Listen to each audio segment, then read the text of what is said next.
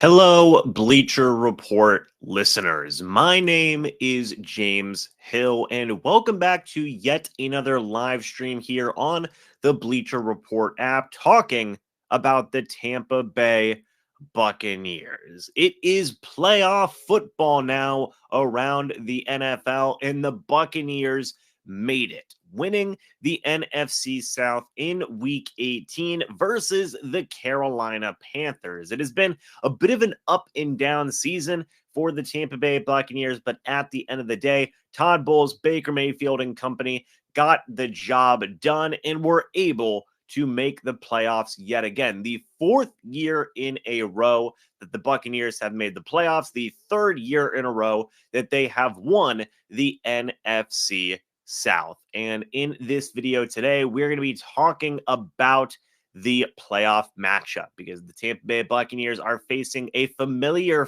foe in the Philadelphia Eagles, a team that definitely has their own storyline surrounding them. We're going to dive into that a little bit today as well, and a team that the Buccaneers are familiar with, not just from this regular season, but even a couple of seasons ago as well during the Tom Brady era. But let's go ahead and initially dive into what the Tampa Bay Buccaneers have been up to. How did we get here?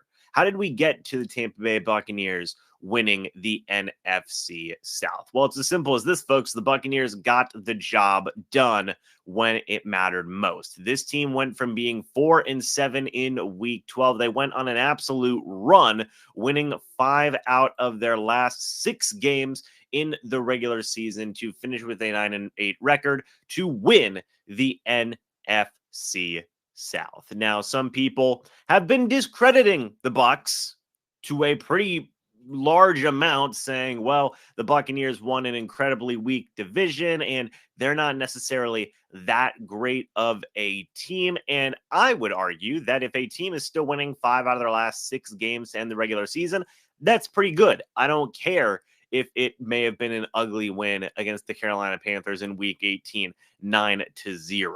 I don't care that they aren't playing necessarily what some people would consider the strongest competition in the world in the Carolina Panthers, the Atlanta Falcons, and some of these other teams. By the way, the Green Bay Packers made the playoffs. The Jacksonville Jaguars were only 1 game away from making the playoffs, and the New Orleans Saints were only 1 game away from making the playoffs. So in my opinion, that's 3 playoff caliber teams that the Tampa Bay Buccaneers played. They only lost 1 of those 3 games. So point being is this: I think the Bucs have a good amount of momentum on their side. I think the Bucs are being slept on. I'm going to go as far as to say that regarding expectations for the playoffs this year. I also want to take a quick look at the power rankings here on Bleacher Report. There was an article written on BleacherReport.com. Definitely go check out this article when you guys get a chance. And of course, it's the power rankings going into the playoffs. And you have a lot of different teams. Of course, the Baltimore Ravens coming in at number 1. You have the 49ers at number 2, Cowboys at number 3,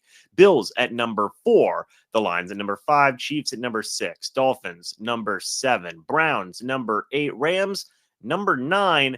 Here you have the Buccaneers' opponent, the Philadelphia Eagles, coming in at number 10. Again, we'll talk about them in a little bit and where the Buccaneers can take advantage of some opportunities moving forward, but they come in at number 10. At number 11, you have the Houston Texans. Number 12, the Green Bay Packers. Number 13, you have the Bucs. So there's a 3 ranking difference between the Bucs at 9-8, number 4 seed, and their divisional opponent, or I guess I should say their playoff opponent, in the Philadelphia Eagles. So the national media and, the lovely folks here at Bleacher Report feel that these teams are closer than expected. The last time the Tampa Bay Buccaneers played the Philadelphia Eagles, it was a relatively close game in the regular season. The Eagles looked somewhat human. Yes, the final score was 25-11, but it was definitely a game that the Tampa Bay Buccaneers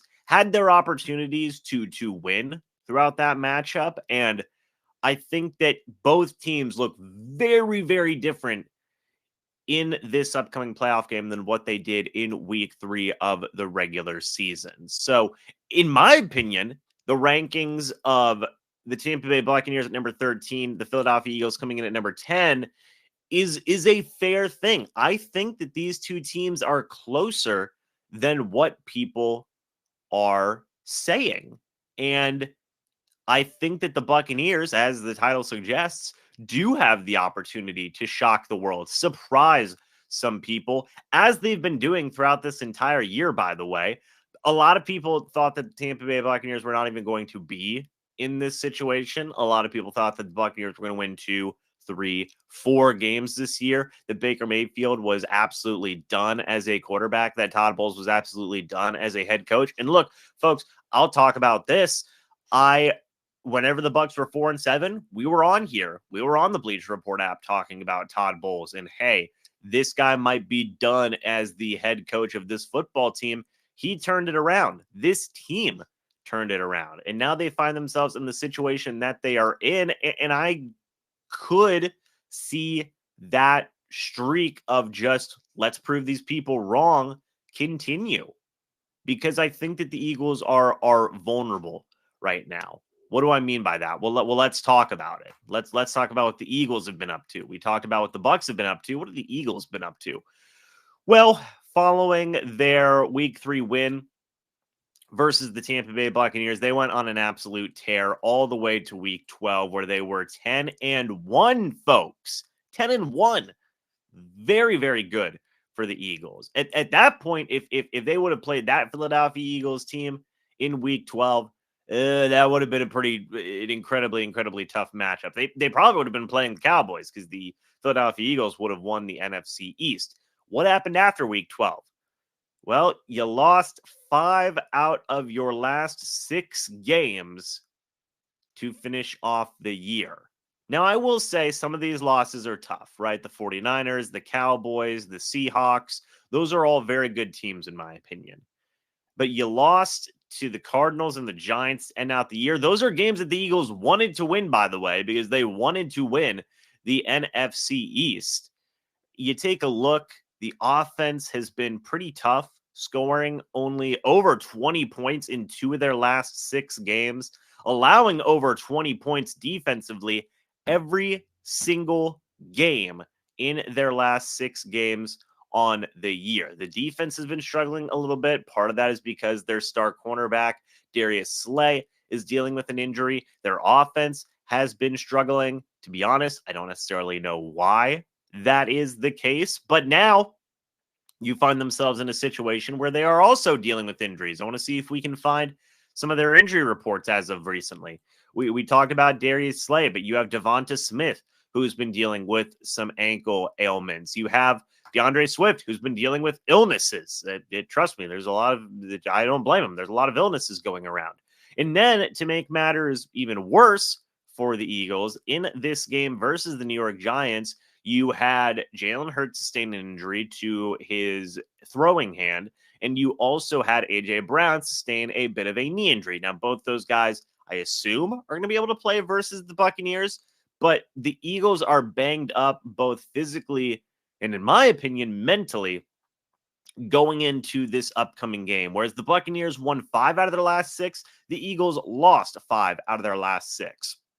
A lot of people said the Buccaneers limped their way into the playoffs, that they, very much just, got in by default or limped in, again, to use that term again.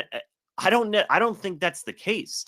I would argue that they surged their way into the playoffs, winning 5 out of their last 6. They fought their way into the playoffs. They didn't have it by week 12 and then lose a bunch of games and just, okay, we're still in the playoffs like the Eagles have gotten. And I don't even mean that as disrespect to the Eagles. I'm just analyzing the situation for what it is. And to analyze the situation for what it is, the Eagles have been in a tough situation for the past month and a half right now.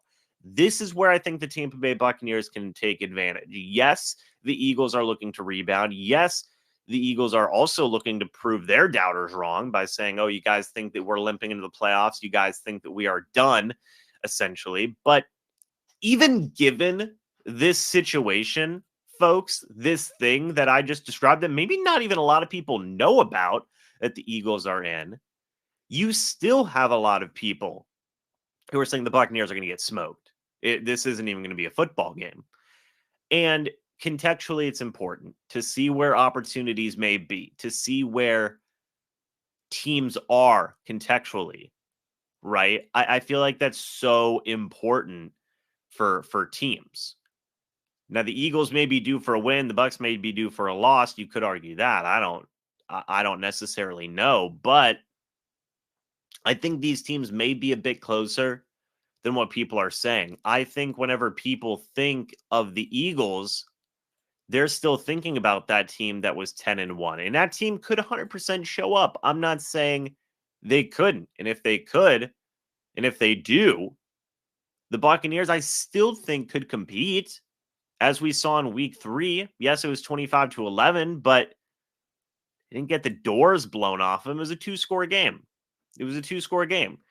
So even if it is the 10-1 Eagles, I do believe the Buccaneers have a chance. I do think the Buccaneers can be competitive. I do think the Buccaneers can shock a lot of people. But this isn't the same as far as we see right now, as far as proof has for us. This isn't the same Philadelphia Eagles team that went 10-1. This is a Philadelphia Eagles team that's been on an absolute skid the past month and a half and are the most vulnerable they've looked the entire year. That's the reality of the situation, folks. That is the reality of the situation. So who do we look for to step up for the Bucs in this playoff game? Well, firstly, I don't have to tell you guys, Baker Mayfield is going to have a pretty good game. How are his ribs looking? How is his ankle looking? He finished with a great year, in my opinion. 4,044 passing yards, 28 touchdowns, 10 interceptions, a 9-8 record. In my opinion, I have no doubts that Baker Mayfield will be back with the Tampa Bay Buccaneers at this point. I also believe that Todd Bowles and offensive coordinator Dave Canales are going to be back with the team as well. I feel like they have gone a good way to resurging Baker Mayfield's career. I think that he's earned the opportunity, not even the opportunity. He's earned the right to be the guy for the Buccaneers next year and possibly beyond as well, considering how he plays. He's going to have to step up in a big, big way. Baker Mayfield returns to the playoffs for the first time since 2020 when he won against the Pittsburgh Steelers with the Cleveland Browns, a game that not a lot of people expected the Browns to win either, and they absolutely dominated in that matchup. Could we see a similar situation in this game? I don't know. We'll have to wait and see. Rachaad White has been carrying the way for the Buccaneers in terms of a rushing attack. He finished the year with over 1,500 scrimmage yards on the year, almost 1,000 yards rushing, finishing 10 shy of it, and also third in the team in terms of receiving yards with 549. He is going to be a huge part. I think that Rachaad White is going to be a guy that is definitely going to have to get going early and often, especially if Baker Mayfield is not 100% healthy against the Philadelphia Eagles in this playoff game. You're going to lean on Rachaad White even more. And I think that that's a good thing. I think that if you can control the game, that's what you want if you're the Bucs. You want to be able to control the game. You want to be able to with that, no pun intended, run the pace of the game, quite literally in the case of Rachaad White, and do things that you want to do on offense and take control of the game. Also, you have a couple of star wide receivers in Mike Evans and Chris Godwin. Mike Evans, Pro Bowl wide receiver this year, led the league in receiving touchdowns, both of which getting 1,000 yards on the year. I mean, I don't have to tell you guys, the offense runs through these guys. It's a reason Baker Mayfield had his resurging career so far this year, one of the reasons.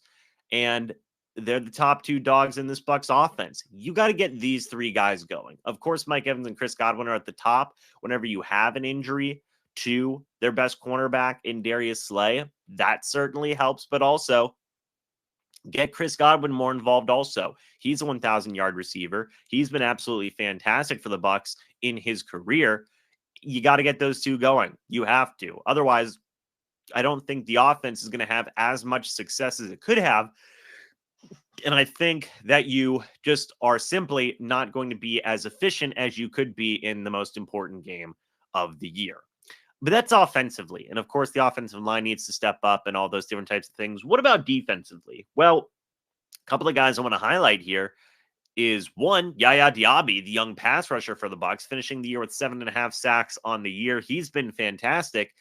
you got to get after quarterback Jalen Hurts, and that's not going to be easy. I would say that the Eagles have one of the best, if not the best, offensive lines in football. You got to get after them. You're looking at all these different guys that I have highlighted here, the front seven, right? And I'm going to throw Devin White in there as well. You got Yaya Diaby, 7.5 sacks. You've got Vita Vea, 5.5 sacks. You've got Joe Tryon-Shoyinka, 5 sacks. You have got Shaq Barrett with 4.5, Kalijah Kancey with 4, and all these other names that I have mentioned here that I'll talk about in a second. Winfield Jr., Lavonte David, Devin White. Folks, the Tampa Bay Buccaneers have tied for the second most sacks in franchise history with, I believe they finished with 48 on the year. That's the second most in franchise history. Surprisingly, I didn't think the Buccaneers pass rush was putting up numbers like that. It didn't feel like that, but it just goes to show that a lot of different guys have been contributing this year to the pass rush. That has been the absolute case for the Bucs this year.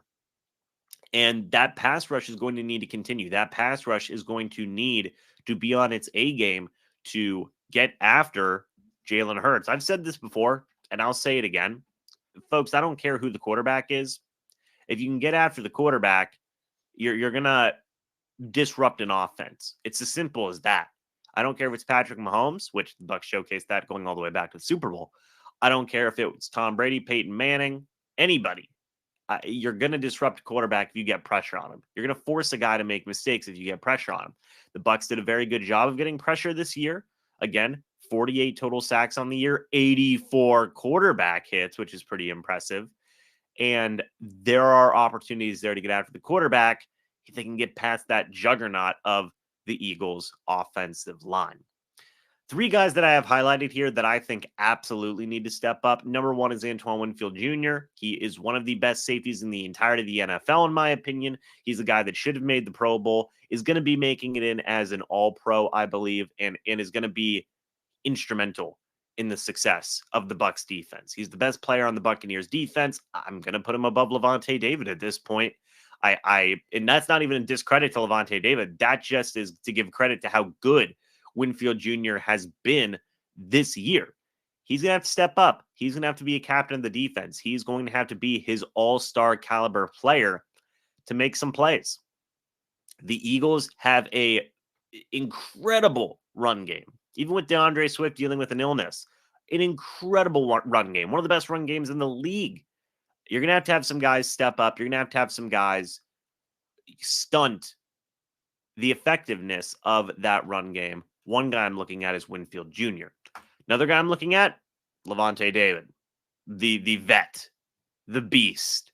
133 tackles, 4.5 sacks on the year, 17 tackles for loss. Lavonte David's been playing out of his mind at the age of 33, almost 34 years old. He's going to have to be a guy who steps up. He's going to have to be. And I know he's reliable. I was going to say old reliable, but I don't want to call Lavonte David old, but he is reliable. He is the guy that has been the face of this Buccaneers defense for so long. Now that torch is being passed to Antoine Winfield Jr., in my opinion. But Lavonte David's job's not done. He's got to keep going. And we've seen such a good form of Lavonte David this year. I think he's having one of the better seasons of a linebacker at 33, 34 years old in NFL history. And obviously you want to see that continue. He led the team in tackles for loss this year at 17. That's incredible. And Lavante's going to have to be on his A game. And he's going to have to continue to be a leader of this defense, continue to be one of the best linebackers in franchise history to help take care of what that Eagles offense can do. I'm looking at Jalen Hurts. I'm looking at that run game. I'm even looking at Dallas Goedert, their tight end. And there's a lot of things that are going to be on Lavonte David's plate, and I do believe he will be up to the task. I want to talk about Devin White. Devin White can make himself some money. He can. I don't have to tell you guys, it's been an up and down year for Devin White. It absolutely has been. What got him the national attention last time? What made him a household name last time the Bucs were in the play? Or I guess I should say, before was whenever the Bucs went on the Super Bowl run in 2020. You do the same exact thing this playoff run. If Devin White comes out here and plays like one of the best linebackers in the league, I don't believe he will return to the Tampa Bay Buccaneers. I still think that it just won't be the case. That's just what I believe. But I do think he'll earn himself some money. It would be in Devin White's best interest to go out there and play some great football and showcase the ability that he showcased in the past, which is being one of the best young linebackers in the entire league. That's the truth of it, folks. You're going to have to see Devin White show up. You're going to have to see Devin White make a lot of plays as well, along with the players that I mentioned, folks, because look, yes, I talked about the Eagles being on a skid. Yes, I talked about the Eagles having some questions, right? Folks, at the end of the day, they've still got Jalen Hurts. They've still got DeAndre Swift. They've still, if they do play, have 2 1,000-yard receivers of their own. They've still got a tight end with 592 receiving yards. The Eagles are built very similar to the Bucs, by the way, in my opinion. Or I said this all the way back in week 3. The Eagles' game plan for how they win games is the exact same game plan the way the Bucs want to win games. And now these two teams are going head to head, and they're more similar than people give credit to, folks. I really do believe that. Jake Elliott also had basically the same field goal percentages as Chase McLaughlin. These teams are just very similar, folks, in my opinion. You also got to look out for Hassan Reddick. You also got to look out for Jalen Carter and Fletcher Cox. That's not easy. Josh Sweat's in there as well. You got Reed Blankenship in there. Darius Slay may miss that game. That'll be huge. But these teams are close, folks. I think they're closer than people are going to give credit for. The Eagles are still an incredibly good football team. I'm not discrediting them at all, especially on offense. They got some dogs. They got some pieces. And on defense, Hassan Reddick's crazy. But you take a look at the injuries. You take a look at some of the things that they have going on. And it's a situation where I think the Bucs have a chance. They absolutely have a chance. Even if the Eagles were at full strength. We saw that the Bucs can still play some competitive football. And we're only a few opportunities away from really being in that Eagles game going back to week 3. Who's to say that a similar thing can't happen? And the Bucs could even go as far as to shock the world and win. I think it's a possibility. But, guys, I want to thank you so much for watching this live stream here on the Bleacher Report app. Again, my name is James Hill. I run the YouTube channel MrBucsNation, where we talk about all things Tampa Bay Buccaneers. I'm looking forward to this football game. Hopefully you guys are as well. Words are hard. And I will actually be live following the playoff game on Monday night. The Bucs get a playoff game all to themselves. Isn't that fun? I think that's great. But the Bucs, I'll be going live Monday night after the game. I believe the live stream is going to be at 11:15 p.m. Stay tuned for that live stream, folks. We're going to be talking about the game, be it a win or a loss. It'll be either be a therapy session or a celebration. It'll be a fantastic time. So stay tuned for that, folks. It will be greatly appreciated. Guys, if you enjoy the Bleacher Report app, don't just watch my stuff here on the Tampa Bay Buccaneers. Don't just read the articles here on the Tampa Bay Buccaneers. Take it further. Read about everything. The NFL, the MLB, the NBA. The Bleacher Report app has everything that you guys need for all sports coverage. It's a fantastic app. I thank Bleacher Report yet again for having me on here for yet another live stream. It is an absolute blast. And as always, guys, I will see you all in the next video or the next live stream. Again, my name is James Hill. And as always, guys, goodbye for now. Go Bucs.